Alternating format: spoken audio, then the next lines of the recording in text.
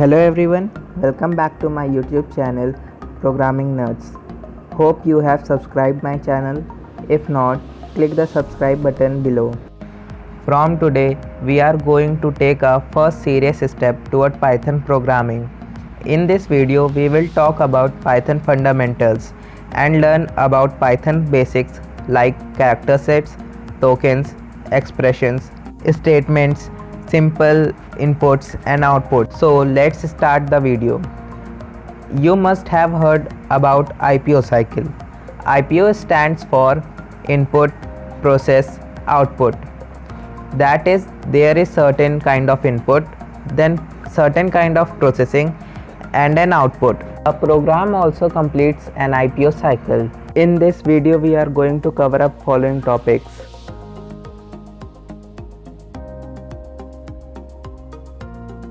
So the first topic is character sets. Character set is a set of valid characters. A character represents any letter, digit or any other symbol.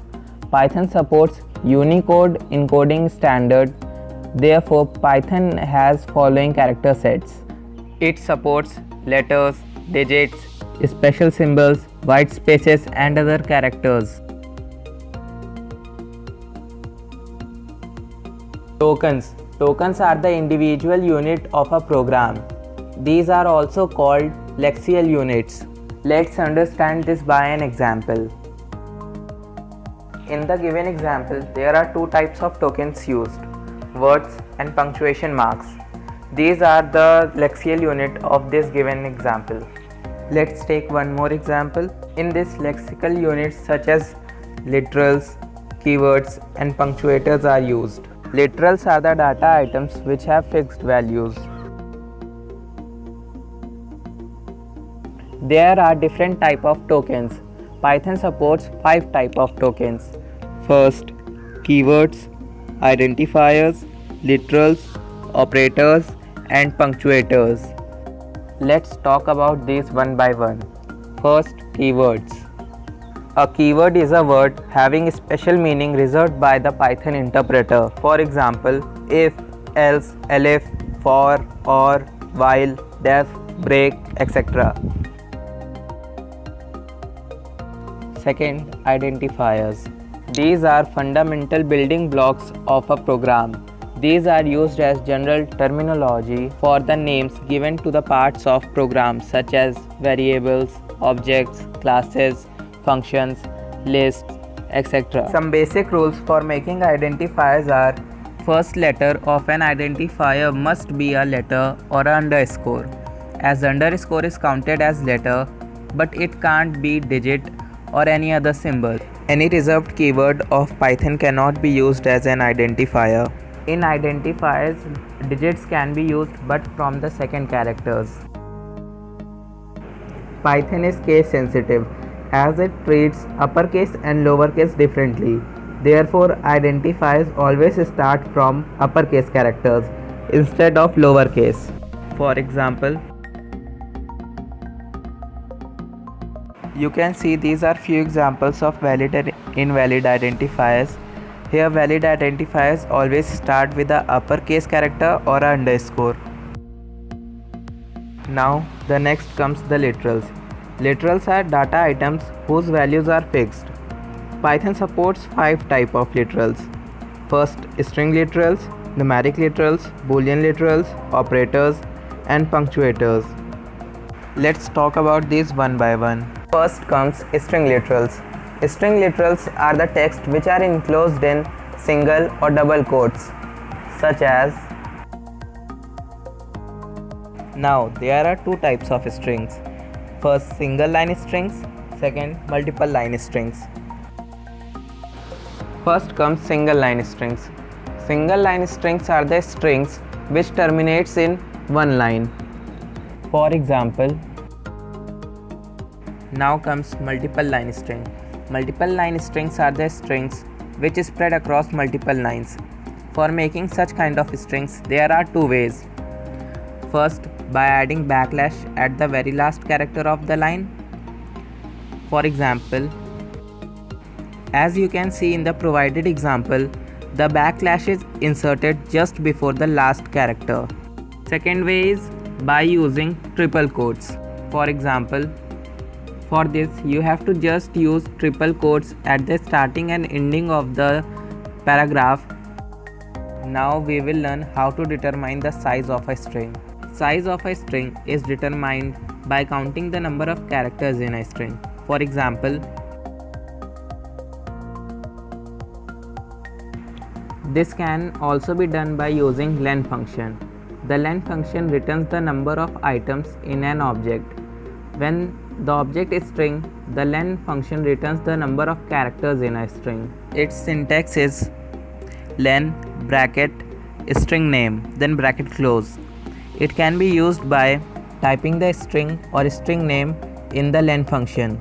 As in the provided example, the len function returns the value 6 for the given string.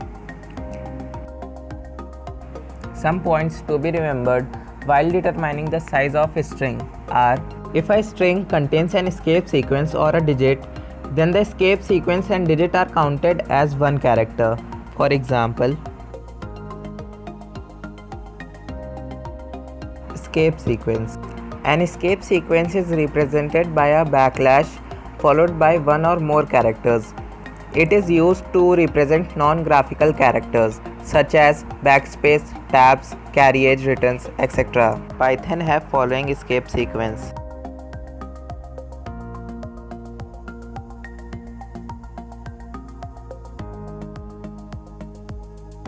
Similarly, in case of multi-line string, in this example we will calculate the value or the length of the string by using len function. So the output is generated as following. From this example, this is clear that the EOL characters are counted in triple quoted string, but backlashes are not counted in single quoted strings. Now let's talk about numeric literals. Numeric literals are the literals which contains digit as its characters. There are three major types of numeric literals: int, float and complex. Int means integer, which range from 0 to 9, either positive or negative numbers. Float denotes decimal numbers, and complex denote numbers in form of a plus bj, where a and b are float values and j denotes under root minus 1. Now let's talk about Boolean literals. Boolean literals are the literals which have only two values, true or false. Python also supports a special literal called none. It is used to represent absence of a value. Python also supports literal collections such as tuples, lists, and dictionaries. We will talk about these later on. Now it's turn for operators. Operators are tokens that triggers specific computation actions when applied. The variables and objects to which computation is applied are called operands, such as 2 plus 5. Here 2 and 5 are operands. There are two types of operators in Python: unary operators and binary operators. Unary operators are operators which requires minimum one operands to operate. Binary operators are the operators which requires two operands to operate, such as the example which I have given earlier, 2 plus 5. This is an example of binary operators.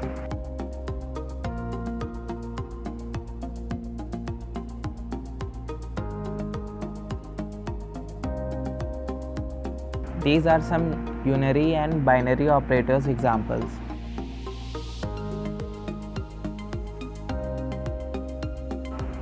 Now let's discuss the last topic of this video, which is punctuators. Punctuators are the symbols that are used in a programming language to organize the programming code. Few examples of punctuators are: